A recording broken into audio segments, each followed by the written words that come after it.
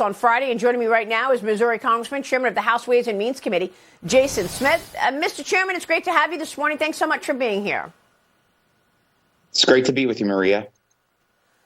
What do you say about inflation? What is the best lever to pull to get inflation back on track after all of these mistakes made by the Federal Reserve?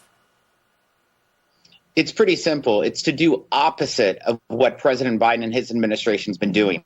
You have to stop this reckless spending. We've seen over the last 2 years, they've added $10 trillion in increase of new spending, which has led to the highest inflation in 40 years. When you travel this country, Maria, and talk to American workers and families and farmers, they'll tell you this historic inflation, these high interest rates, and the help wanted signs that's littered across every small business in downtown America is tough in Biden's economy. But it's a direct result of his tax and spending policies that this administration continues to push. And they just doubled down with the president's most recent budget, $4.7 trillion in tax increases, trillions of dollars in new spending. That's the wrong recipe for America, Maria.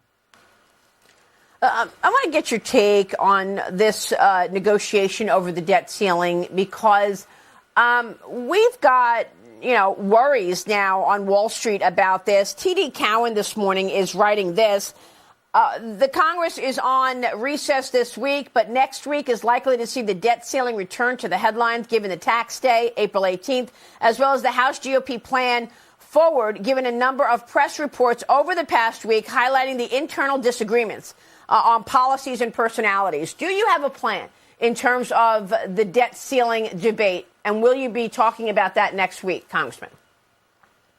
Absolutely, Maria. House Republicans have been working for a long time to address this fiscal insanity. We've been trying to partner with President Biden, but unfortunately, President Biden and his administration has had very reckless behavior. They have been refusing to negotiate with Speaker McCarthy and myself about what are the steps, what are the solutions to increase the debt limit, but also address the fiscal insanity. The American people are demanding fiscal accountability in government, and they don't want a blank check of just more spending in Washington. So the White House has to come to the table. But you know what? House Republicans are willing and able to move ahead on our own, even if this White House refuses to help move this country forward when it comes to a debt limit.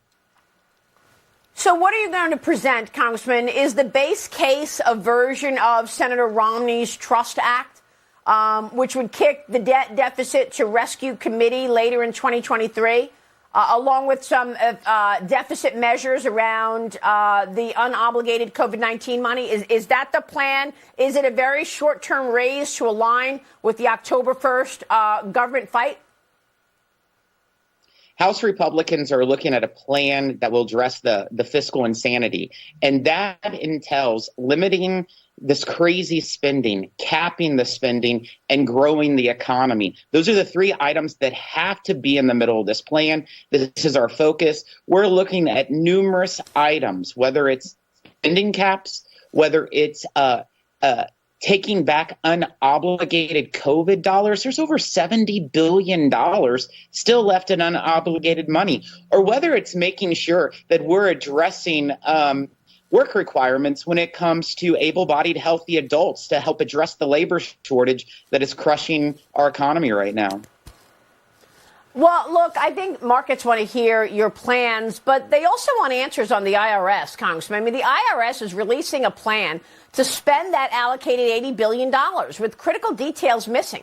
The agency claims that its funding provided in the Inflation Reduction Act will go toward hiring 30,000 new employees. Is that 30,000 new IRS agents? Congressman, I thought that you and your colleagues were able to rescind that money. I know it was signed into law in the Inflation Reduction Act, but where does this stand in terms of the Republicans stopping the Biden administration from sicking 80,000 IRS agents on us? Maria, 8 months ago, House Democrats, the White House, they passed the Inflation Reduction Act, this $80 billion for the IRS.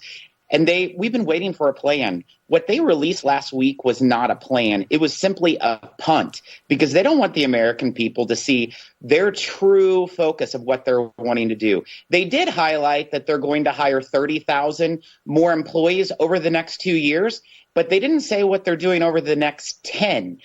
If you are hiring 30,000 employees over the next 2 years, that's more than a third of the 87,000 they're originally supposed to hire over 10.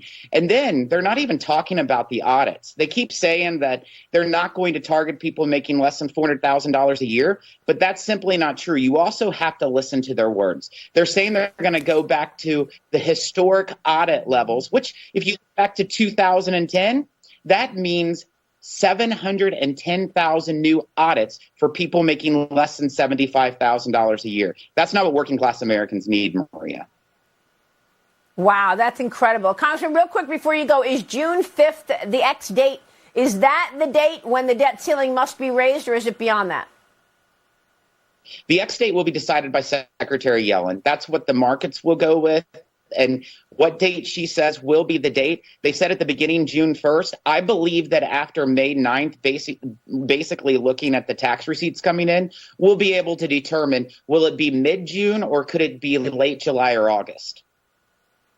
Okay, we'll leave it there. Congressman, I know you've got a lot that you are leading, and we will be watching. We appreciate your time this morning. Thank you, sir.